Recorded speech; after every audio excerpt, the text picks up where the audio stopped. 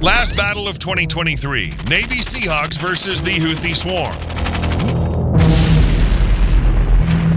December 31st, 2023, the U.S. Navy's 2nd Carrier Strike Group, led by the USS Dwight D. Eisenhower, was patrolling the southern Red Sea, approximately 55 nautical miles southwest of the Yemeni port city of Al-Hudaydah. This mission was part of Operation Prosperity Guardian, the final day of a very turbulent year. Could it at least end differently?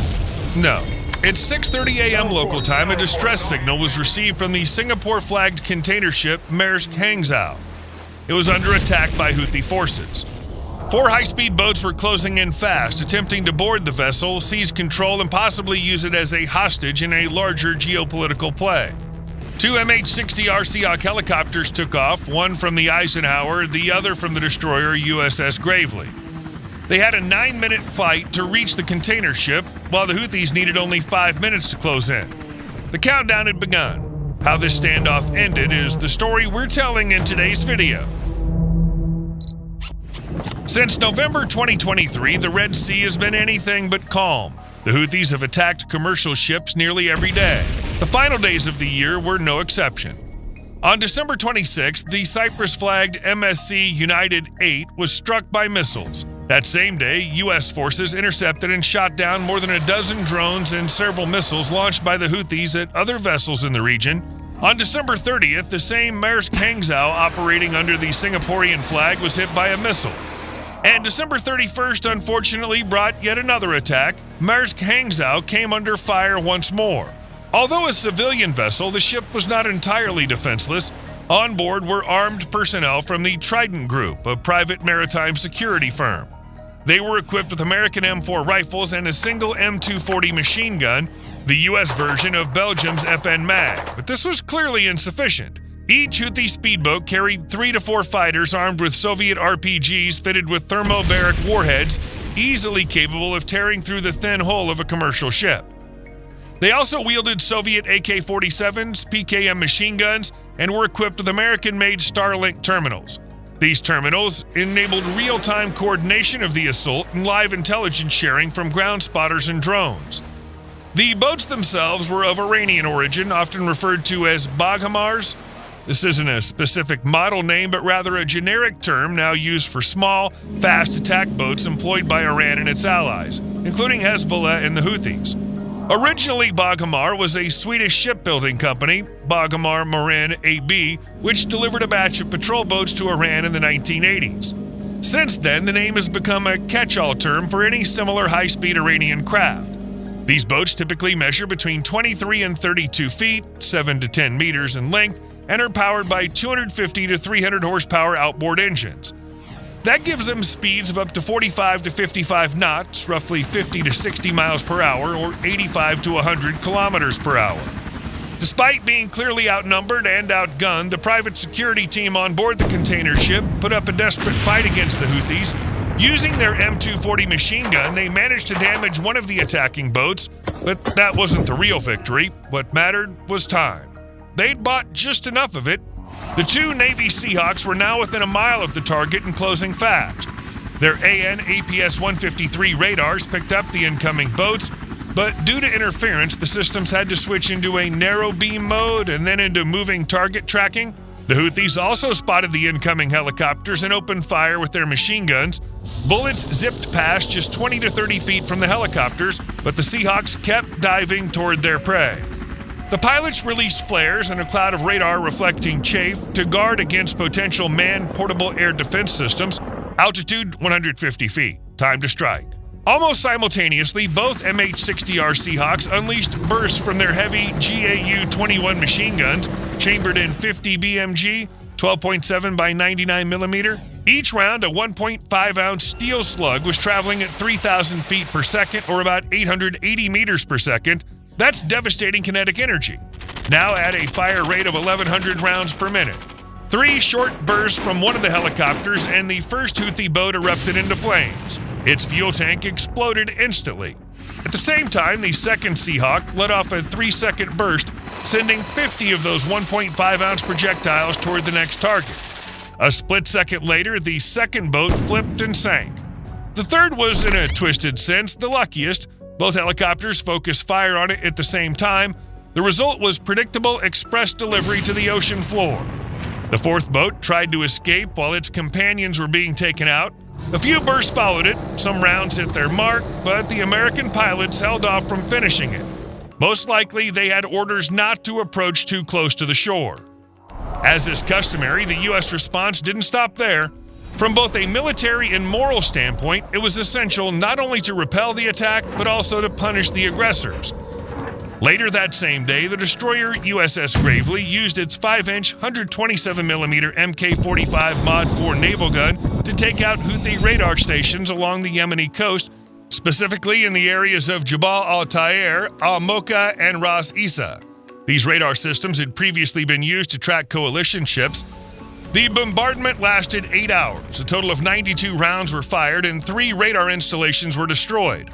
According to the Pentagon, this operation degraded the Houthis' maritime surveillance capabilities by 60%. The Mk-45 has an effective range of 17 miles or about 27 kilometers, meaning the destroyer had to get relatively close to the shore.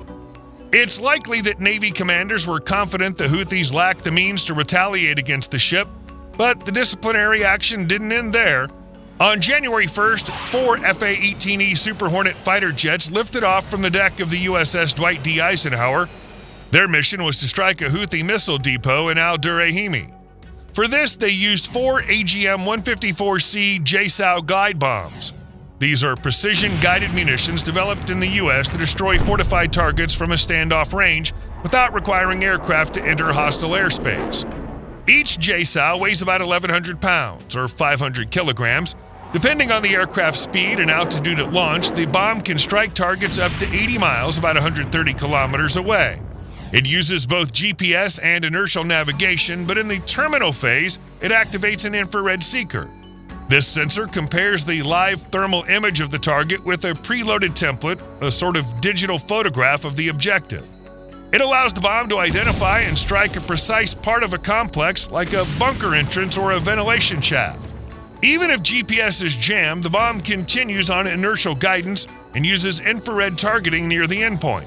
This makes it extremely hard to evade and ensures that key components of enemy infrastructure can be taken out with surgical precision. The AGM-154C doesn't rely on a single snapshot of the target, but instead uses a sophisticated digital targeting profile. This profile includes a multi-layered thermal model of the objective with several infrared images stored in its database, captured at different times of day, from various angles, and under varying thermal conditions. The infrared seeker uses an advanced matching algorithm that compares the current thermal image with this internal library of templates. Even if the target's general appearance differs slightly from the template, critical components, ventilation intakes, hatches, antenna arrays remain recognizable. The bomb doesn't aim at the structure as a whole, but targets specific nodes that tend to stay in the same location. It's worth noting that neither Russia nor China currently possesses bombs with such targeting capabilities.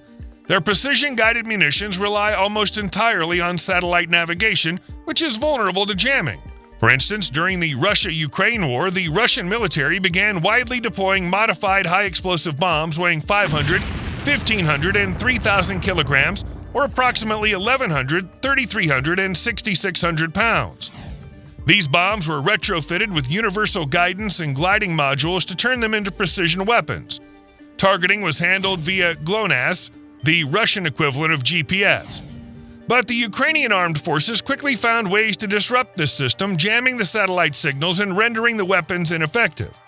That kind of countermeasure doesn't work against JSOW bombs. In addition to their precise guidance systems, these bombs are equipped with the highly effective BROACH, warhead short for Bomb Royal Ordnance Augmented Charge. It's a dual-stage system. The initial charge, called the penetrator, creates an entry hole through reinforced concrete or armor plating. The main warhead then travels through this opening and detonates inside the target, destroying its interior. This mechanism can penetrate up to 12 feet, around 3.7 meters of reinforced concrete above an underground facility. And on January 1st, 2024, the AGM-154C JSOW bombs proved their worth again. They punched through the concrete roof of a missile storage site and detonated inside. The results, 18 Qasif kamikaze drones were destroyed, each loaded with 70-pound, roughly 30-kilogram warheads, along with 4 Nor anti-ship missiles, 12 Houthi fighters, and 2 Iranian advisors. As this incident shows, the United States consistently responds to Houthi aggression with overwhelming force, often delivering retaliatory strikes that far exceed the scale of the original attack. America sends a clear message. It will not hesitate to protect international trade routes and its allies. Yet even these strikes are like trying to bail out the sea with a sieve. For every dozen Houthis eliminated, hundreds more are ready to take their place. The Arab world holds a vast human reservoir, and with widespread poverty in the region, it doesn't take much to recruit new fighters in the name of resisting the infidels. Iran, of course, continues to supply the weapons. So American airstrikes alone won't solve the problem. Either Iran must be neutralized and the region thoroughly cleared of militants, or a political solution must be found. The first option, under current global conditions, is not viable. And the second? Just yesterday, on May 6, 2025, U.S. President Donald Trump met with Canadian Prime Minister Mark Carney and made the following statement: "The Houthis have said they no longer want to fight. They just don't want to fight, and we respect that. We will stop the bombings. They've surrendered, said they won't blow up ships anymore." We'll soon find out whether the Houthis have truly ended their attacks on vessels in the Red Sea. But what do you think? Will the Red Sea remain a high-risk zone for maritime traffic? And if so, how can this be solved? Share your thoughts in the comments. Thanks for watching. If you enjoyed this video, give us a like and subscribe to the channel. See you again soon.